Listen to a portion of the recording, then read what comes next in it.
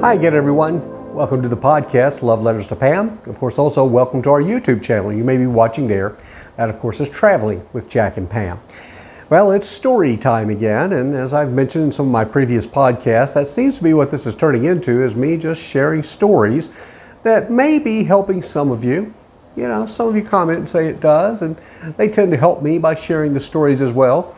Again, I always put a disclaimer out there. I'm absolutely not a trained professional in grief and recovery and all that good stuff, but as I told somebody the other day, you know, I've been there, done that, got the urn on the mantle to prove it, that I am walking the journey with you, that being the journey of grief and recovery, keeping one foot in front of the other.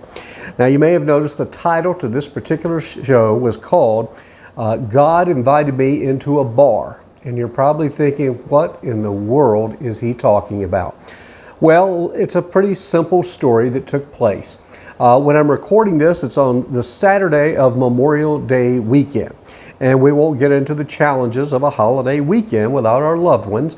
We all know it can be challenging. And I woke up thinking, well, what the heck am I going to do? And I actually said, you know what, I think I'll go see this. It's called the Museum of the West. It's in downtown Scottsdale. I thought, I've never been to that. I'll do that. And later this weekend, I'll do some hiking and probably catch a baseball game. So making some plans to get out there. So anyway, though, I went to the museum and had a good visit. And then after I finished the museum, I still had some time on my hands before going to a baseball game that was going to be happening tonight, that being on this Saturday night. And so I started just kind of walking around Old Town Scottsdale. Any of you that have ever been here may recall you've got art galleries, lots of art galleries, and then you got your knick-knack shops. It's kind of a touristy area. But kind of high-end tourism, I guess you might say.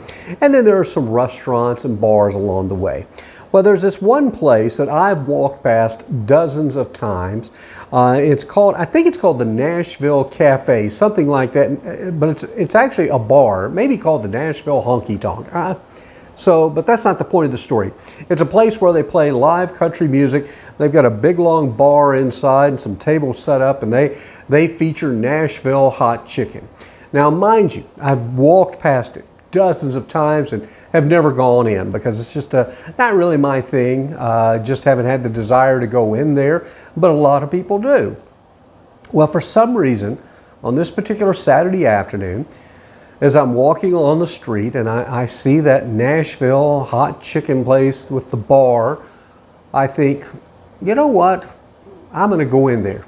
I think I'll have a beer. And I hope I don't offend some of you by me having a beer. So I had a Coors Light at the bar. And I sat down, and the bartender's name was Travis. And Travis and I exchanged pleasantries, as we often do. And Travis was close to my age, maybe a few years younger, but you know, he was in my demographic, so to speak. And really super nice guy, very engaging and such. And we started off talking a little bit, and that's what's kind of nice as well. There was nobody else there, so it's just me and him. There was a couple of other people, because again, it's early in the afternoon, so the bar, even the restaurant part's pretty well empty. We started talking about where you're from, and it ended up he had lived in several places. They've been in Montana, they've been in New York, they've been in Washington State, now Arizona. And I said, wow, my wife and I, same thing. I said, we were all over the country. I said, I was a TV weather guy. I said, we too were in New York. We were in Washington State and Oregon and California. And I said, believe it or not, I'm actually from the Nashville area. And so I thought I might want to come in here and see what this is all about. I said, I have no idea why. I was just pulled in. And then I told him, I said, I'd gone back to Nashville temporarily after I lost my wife, and then decided to come out to Arizona. And I didn't make a big deal about it, but he zeroed in on that part of I lost my wife immediately. And he says, wow, he says, I get it. He says, it's hard. And I said, oh man, I said, it's beyond hard. I said, it's the worst thing in life I've ever gone through. And he said, yeah, he says, my wife has stage 4 cancer, and the outlook is not very good. And I'm like, just floored. I'm like, wow. I said, I am so incredibly sorry. I said, I mentioned I've walked past this place dozens of times. I said, I think God meant for me to come in here today. And so we started having a discussion about his sweet wife. Her name is Danielle. And he said she's had all kinds of various treatments and things, and they had told him last year in February when she was diagnosed that she might have a year. She's made it past that year mark, but it's been really, really hard. And you could tell from the tone of the conversation as we were talking that her time in all likelihood is very limited on this earth.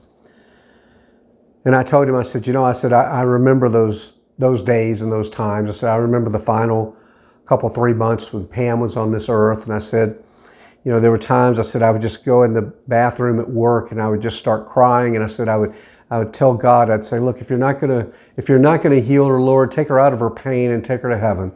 And I said, but doggone, then God took me up on it. I said, then I went, I didn't really mean it, but he got it. He understood what I was saying, and I know that he's dealing with a lot of pain as well. They've also got 3 kids. We have 2 kids, of course.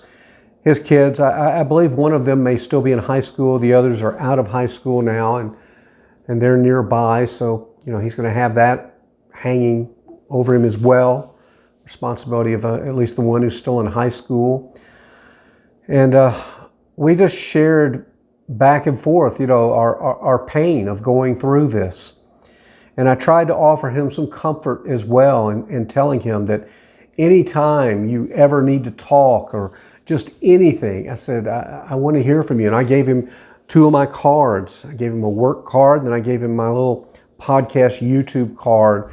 And I said, please reach out anytime. And then I told him, I said, I said, if you don't mind, I do want to share with you a brief story about in those final days with Pam. And I said, I think you can probably relate to this. They've been married over 25 years, him and his wife. And like Pam and I, it sounded like they were blessed with a great relationship as well.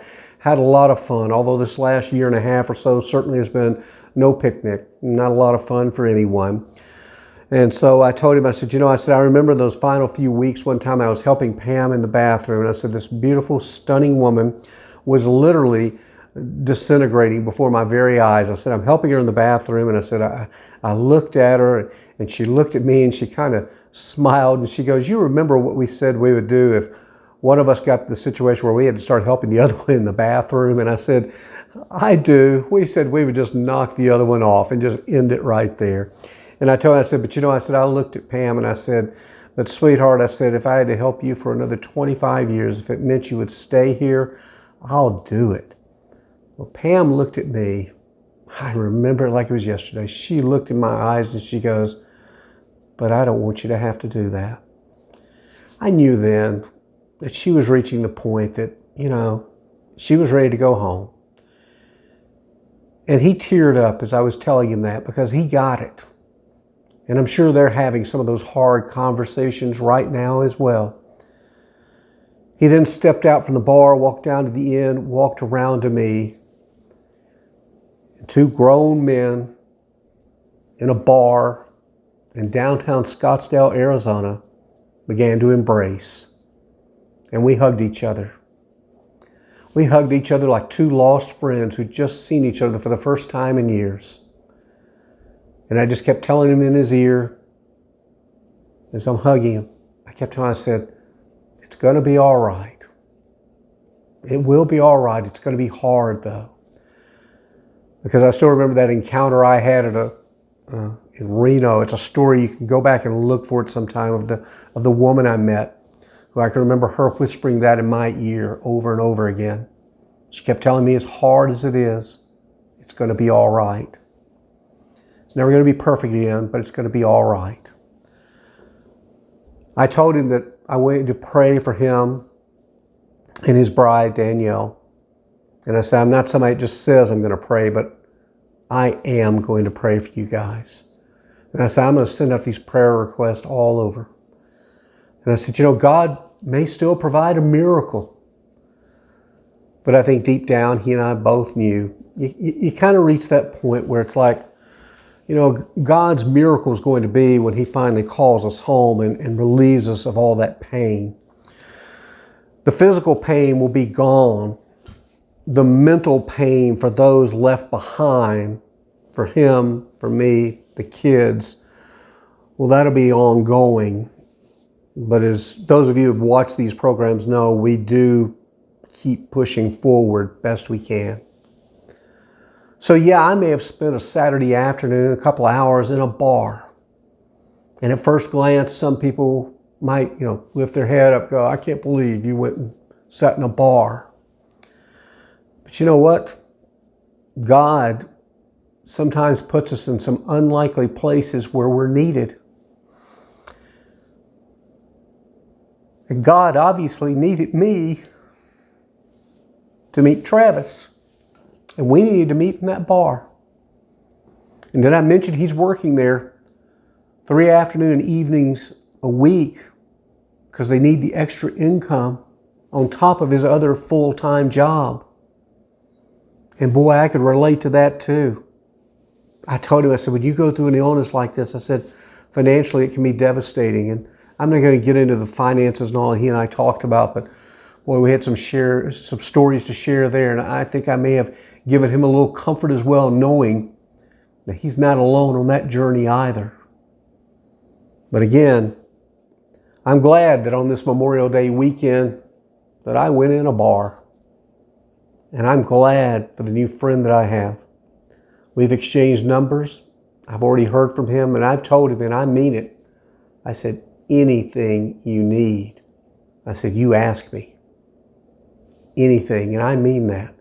And I know he's been here a long time. They got friends, they got relatives, things like that. But of course, we all know the difference is a lot of them may not have ever gone through this.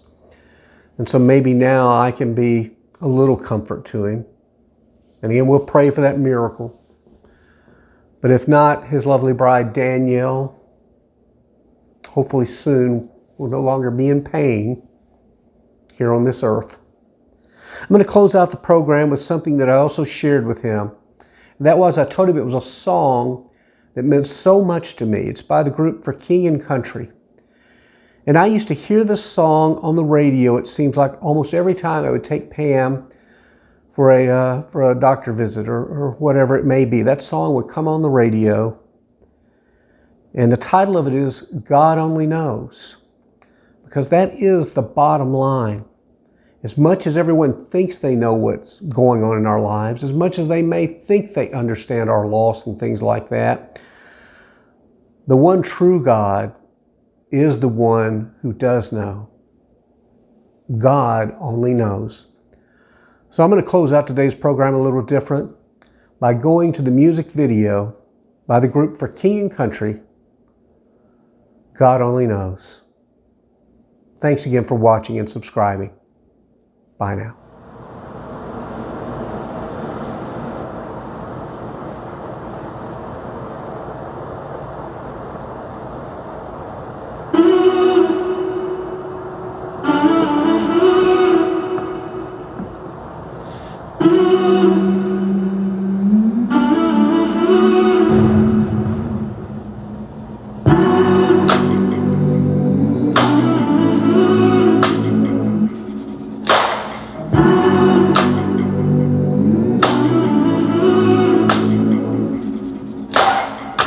Wide awake while the world is sound asleep, and too afraid of what might show up while you're dreaming. Nobody sees you. Nobody will believe you.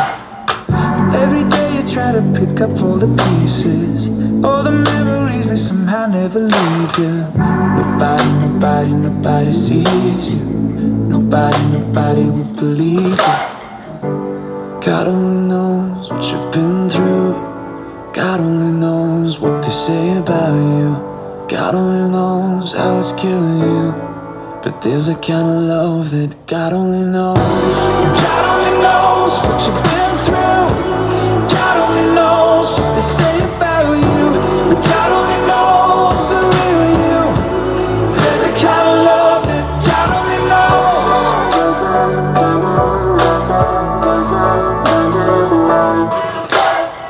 You keep a cover over every single secret, so afraid if someone saw them they would leave. But somebody sees you. Somebody never leave you. God only knows what you've been through. God only knows what they say about you. God only knows how it's killing you. But there's a kind of love that God only knows. God only knows what you've been through. God only knows what they say about you. But God only knows the real you. There's a kind of love that God only knows.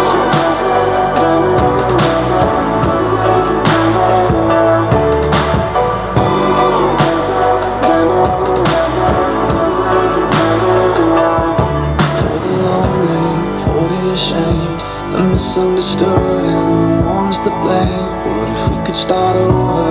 We could start over. We could start over. Oh, for the lonely, for the ashamed, the misunderstood and the ones to blame. What if we could start over? We could start over. We could start over.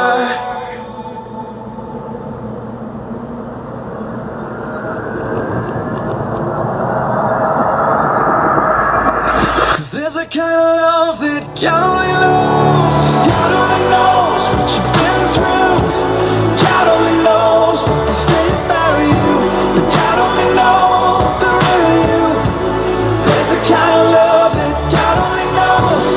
God only knows what you've been through. God only knows what they say about you. But God only knows the real you. There's a kind of love that God only knows.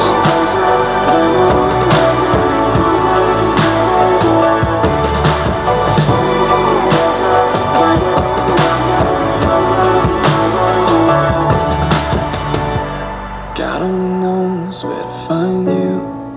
God only knows how to break through. God only knows the real you. There's a kind of love that God only knows.